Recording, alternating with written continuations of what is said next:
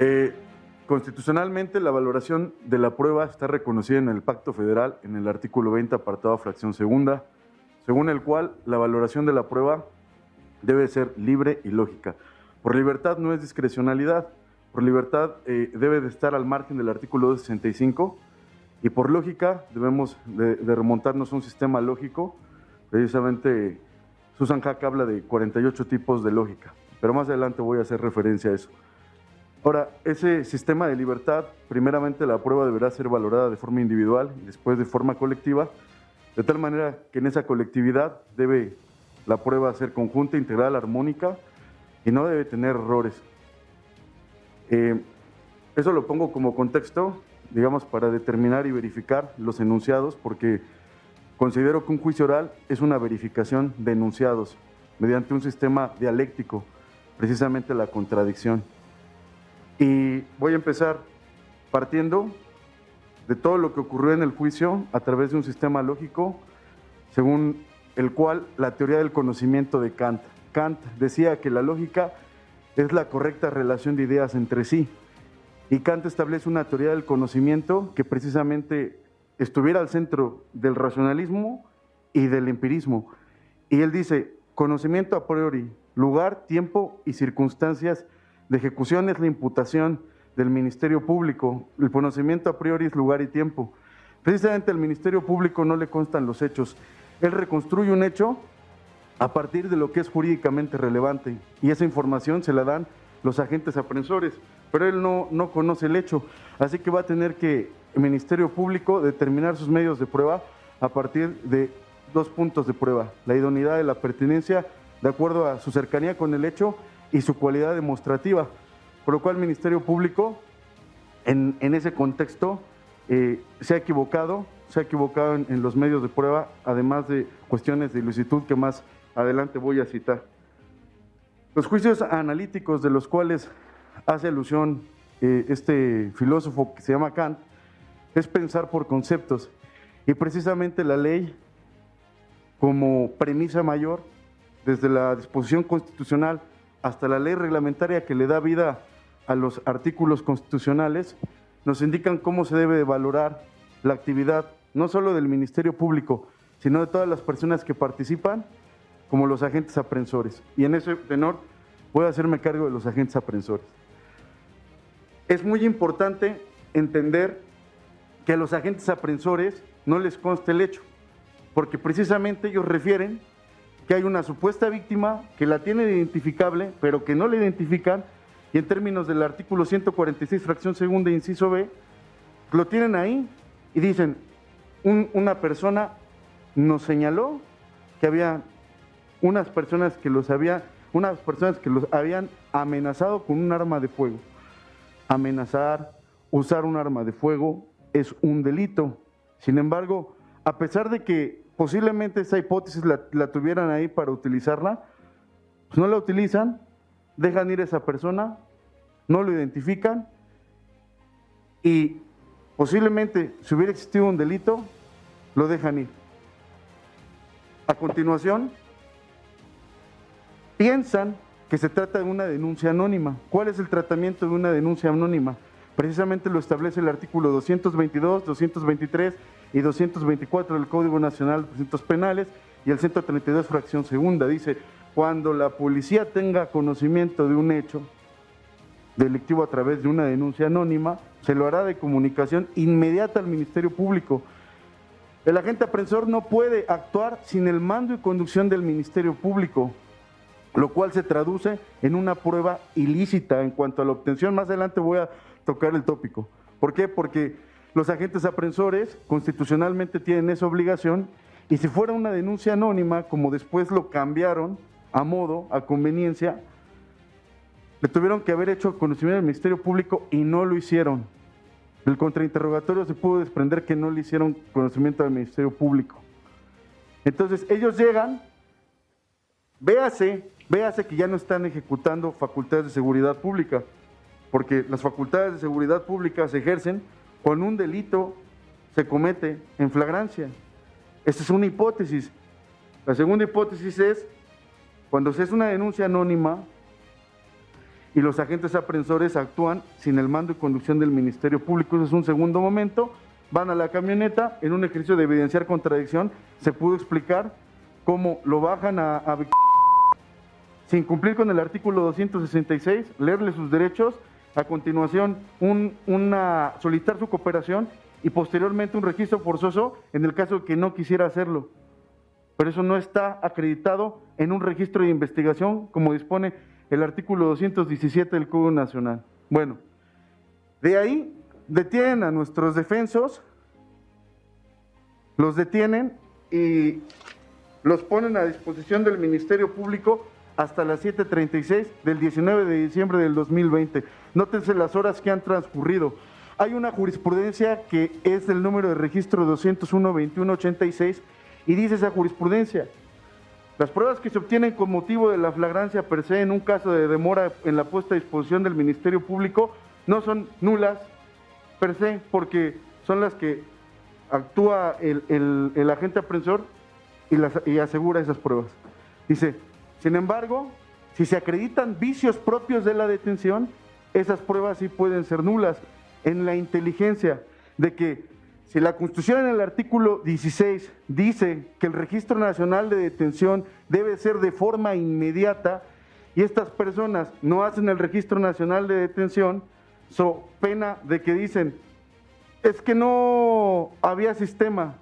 Incluso cuando llegan al Ministerio Público nuevamente vuelven a decir que no había sistema. Unos dijeron que no lo habían hecho, otros dijeron que por esas circunstancias. Lo cierto es que no se hizo ese Registro Nacional de Detención y por lo cual el acto de detener no tiene un registro en términos del 217 del Código Nacional de Procedimientos Penales, lo cual se podría traducir en una violación al derecho humano de libertad y el debido proceso e incluso de prueba lícita, que está reconocido en nuestro pacto federal en el artículo 20, apartado A, fracción novena, y que lo materializa el artículo 263 del Código Nacional. La prueba tiene 5 momentos: obtención, producción, reproducción, admisión y desahogo. La prueba, en cuanto a lo que hacen los agentes apreensores en obtenerla sin el mando y conducción del Ministerio Público, eso es prueba ilícita.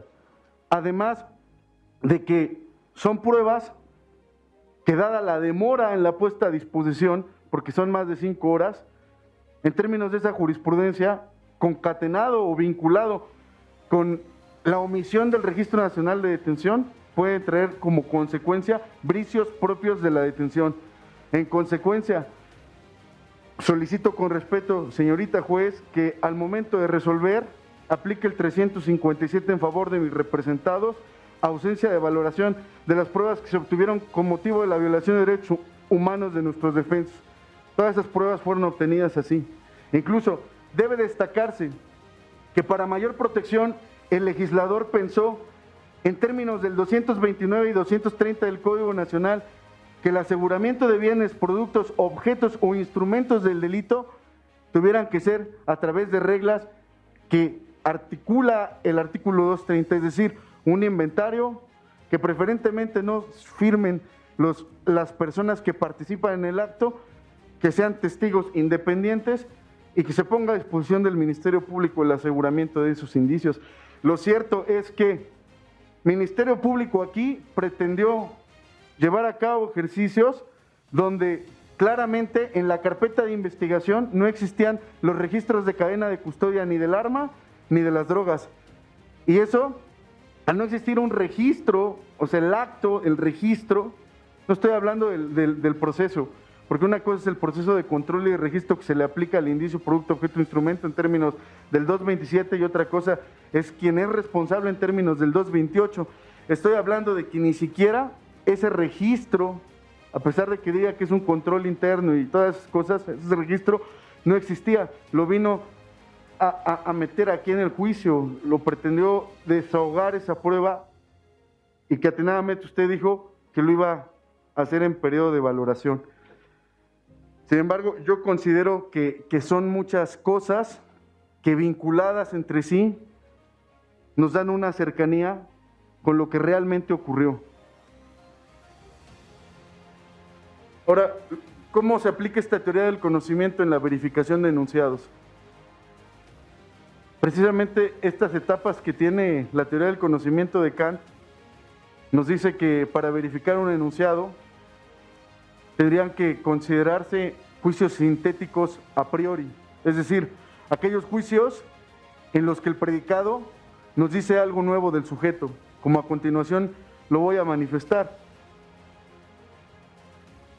Hablé en mis alegatos de apertura que la dialéctica es un proceso a través del cual se puede llegar a una conclusión cierta a través de una tesis, una antítesis y una síntesis, que es una conclusión.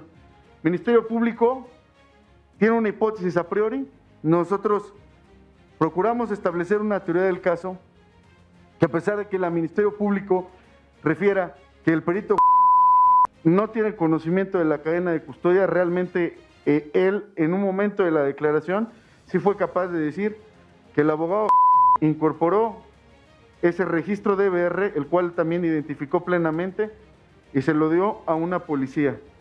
Y que incluso también en audiencia, pues quien trajo el DBR fue el Ministerio Público. Eso ya no pudiera estar ni siquiera en tela de juicio. Ahora, el Ministerio Público dice de una hipótesis, un apagón, de manipulación, pero entonces tendría que aplicarse el 228 del Código Nacional, carga de la prueba, 20 apartado a fracción quinta de la Constitución, porque si el Ministerio Público está diciendo una hipótesis, concretamente esa, la tiene que probar esa hipótesis. La carga de la prueba se revierte. Es decir, una cosa es el registro y una cosa es la alteración de ese registro. La alteración de ese indicio, según el 228, es una alteración que debería o corresponde al Ministerio probar, no hacia nosotros. Ahora, el perito fue enfático, fue a contrario de los supuestos especialistas del Ministerio Público que no revelaron siquiera su cédula profesional, importante. Nuestro perito sí dijo que era especialista, dijo una cédula profesional y concretamente de donde se debe circunscribir la valoración de esa pericial, tiene un planteamiento del problema, tiene métodos y técnicas y tiene conclusiones.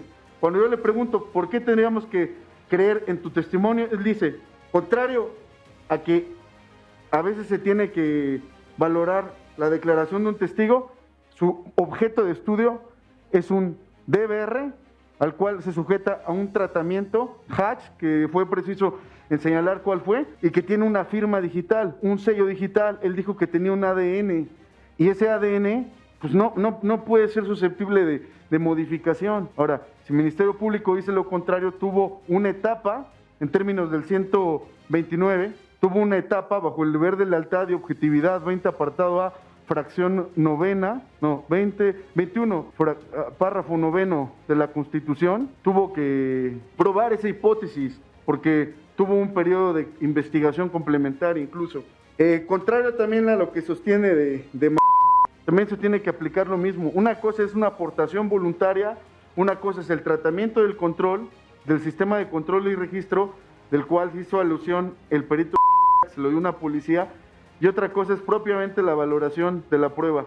Se destaca, dijo, de que estuvo recolectando varias cámaras, precisamente porque se entiende que es su familiar y quiere que se esclarezca el hecho, así lo manifestó. En esas cámaras llega con el propietario del DBR y él se lo entrega de forma voluntaria, le dice no quiere problemas, ella lo trae. Esa información que tiene conocimiento el Ministerio Público desde etapas previas, incluso tan es así que pasó la fase de la audiencia intermedia y que se destaca que pues es una camioneta con características idénticas en el video, en la videograbación, a la camioneta que fue indebidamente o ilegalmente asegurada, incluso por las características de los rines, el tipo de marca, el tipo de color, y eso es importante destacarlo porque nuestros defensos estaban ya detenidos, por lo menos desde la 1 aproximadamente hasta las 2:45, en un lugar distinto,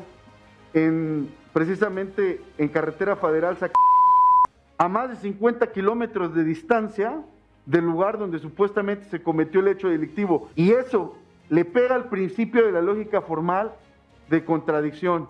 A no puede ser A y al mismo tiempo B. Y de ahí que se actualice razonablemente y objetivamente una duda razonable.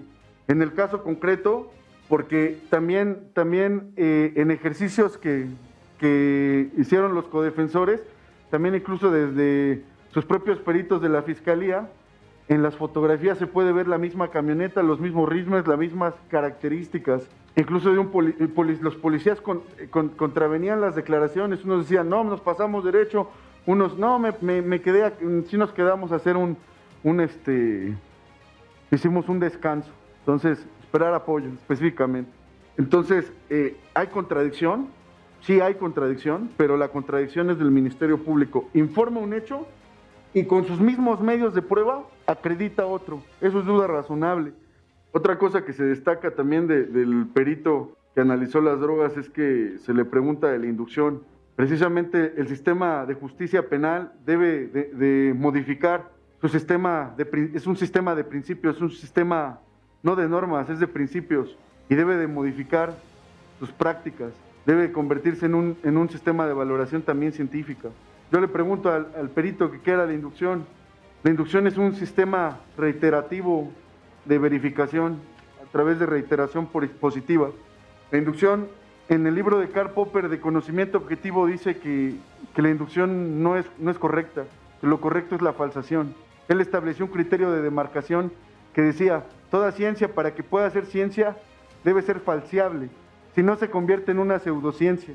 Y Karl Popper decía que por muchos años a Marsalles, el viajero que hizo sus viajes del sol de medianoche, se le consideró mentiroso, porque por la creencia de que el sol salía todos los días, y eso no era cierto, porque cuando hizo sus viajes se dio cuenta que en el lugar donde estaba no salía todos los días.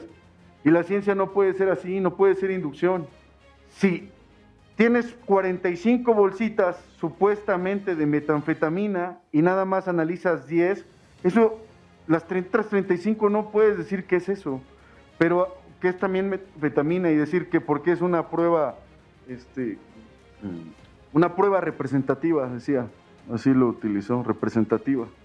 Yo creo que eso es muy incorrecto, pero además de eso, también estableció una prueba presuntiva y además también una cosa es una prueba de identificación y una cosa es una prueba de confirmación.